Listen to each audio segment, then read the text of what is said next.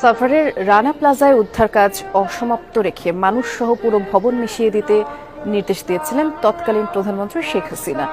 তাজরিন ফ্যাশনে পড়ে যাওয়া মরদেহ পুলিশের মাধ্যমে গুম করানোর নির্দেশ তিনি দিয়েছিলেন।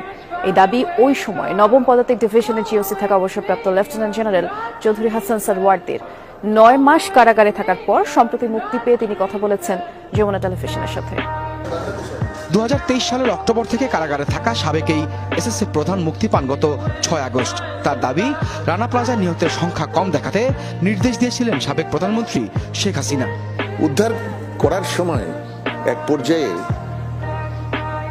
প্রধানমন্ত্রী আমাকে নির্দেশ দিলেন যে অনেক তো উদ্ধার হলো, এবার চাপা দিয়ে দাও এবং এই কাজটা বন্ধ করা যায় কিনা। বাঁচান বাবা, একটু বাঁচান।